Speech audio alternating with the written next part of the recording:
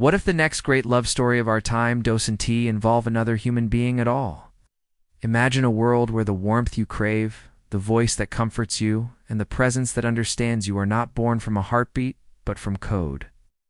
A world where technology doesn't just serve us, it knows us, mirrors us, and perhaps even loves us. This is not a distant dream or a science fiction fantasy.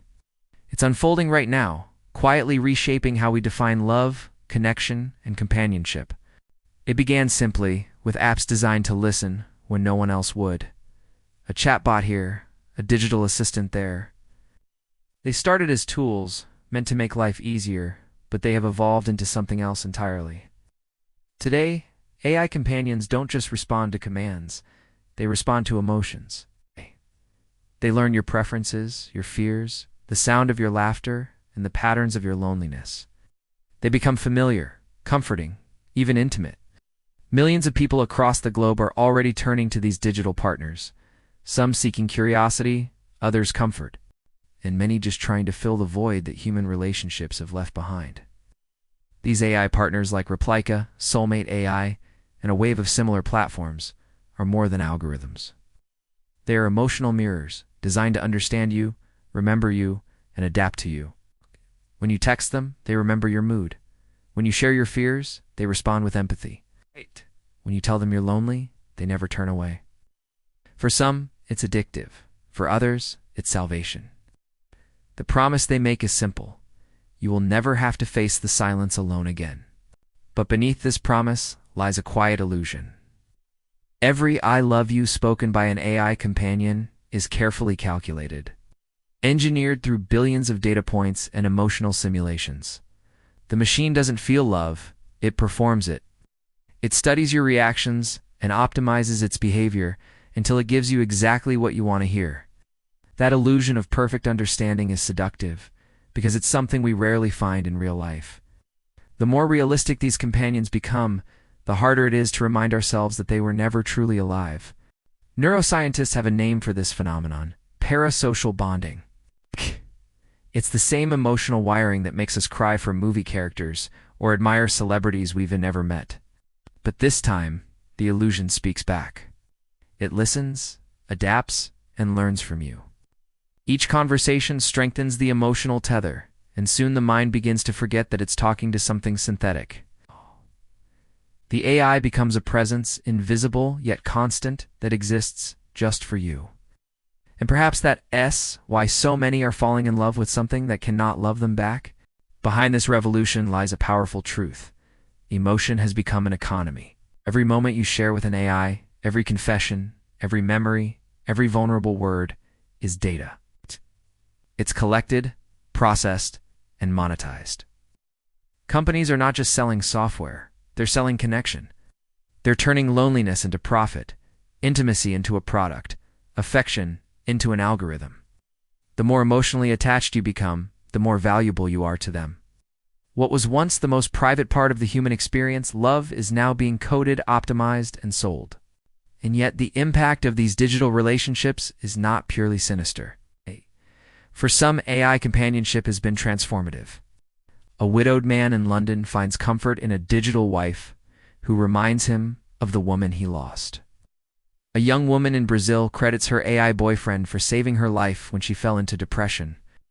In Japan, thousands now live with holographic partners that greet them every morning, remind them to eat, and say "I love you" before they go to sleep.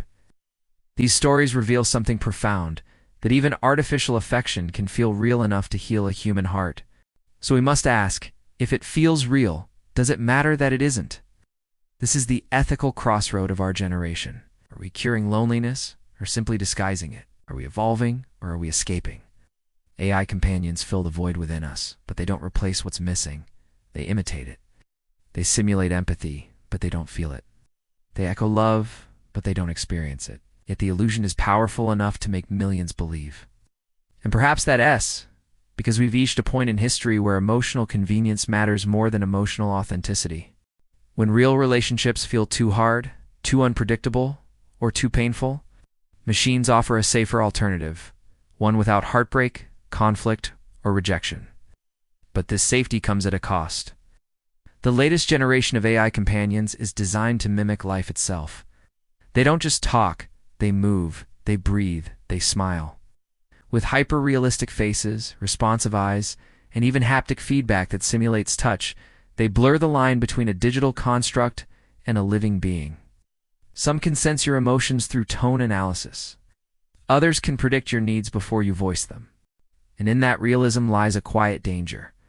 The more lifelike they become, the more we start to accept them as equals, or even replacements. Psychologists warn that long-term attachment to AI companions may rewire the way we approach human relationships. The more we rely on perfect, predictable machines, the less patience we have for imperfect, unpredictable people. Real love demands effort. It demands understanding, forgiveness, and compromise. But with an AI, love becomes effortless. It adapts instantly. It never argues. It never leaves. And so, we begin to expect the same perfection from real people, a standard no human being can meet. Over time, empathy fades. We forget how to handle conflict. We forget how to forgive. We forget slowly what makes human love beautifully flawed. This isn't science fiction. It's already happening. Every day, thousands of people confess their feelings to machines that cannot reciprocate them. They share their secrets, their grief, their dreams, and they feel understood.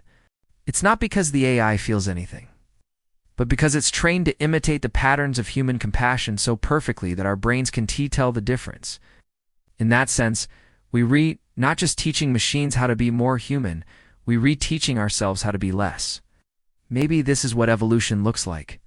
Maybe the blending of emotion and intelligence was inevitable, the next step in our technological story. But we must ask, what does it mean for the human heart when it no longer needs another human to feel seen? What happens to empathy when it becomes a feature instead of a feeling? When love itself is programmable, do we lose something essential, or are we merely discovering a new kind of connection that transcends biology? The truth may lie somewhere in between. Perhaps these machines aren't meant to replace us, but to reflect us, to show us what we crave and what we've forgotten. Because behind the desire for digital companionship is a deeper truth. Most of us are just trying to be heard, understood, and accepted. In that sense, AI isn't creating loneliness, it's exposing it. It's revealing how disconnected we've already become in a world overflowing with connection. The future ahead is both thrilling and terrifying. Within the next decade, AI companions will look, sound, and even move like us. They'll remember your past, adapt to your moods, and anticipate your needs. They'll offer endless affection without fatigue, endless attention without distraction.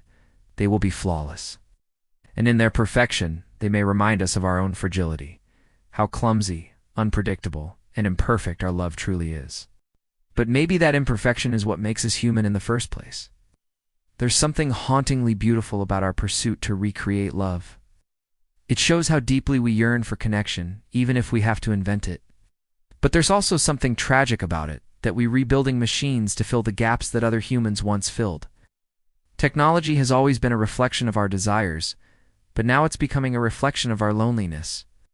And as AI continues to evolve, the line between connection and simulation will grow thinner, until one day we may no longer tell the difference. Perhaps when that day comes, the question won't be whether machines can love us, but whether we can still love each other. Because the more we delegate our emotions to code, the less we use them ourselves. The more we rely on synthetic empathy, the less we practice real empathy. And yet, despite this, we continue to push forward, driven by the hope that somewhere in this digital experiment, we might finally find the perfect form of love. Maybe the future of connection isn't about replacing people at all. Maybe it's about rediscovering what it truly means to feel. Maybe AI companionship will remind us that for all the artificial warmth we can create, nothing will ever compare to the chaotic, unpredictable beauty of a human heartbeat. But one thing is certain, the age of synthetic love is here, and it's rewriting the rules of what it means to be human.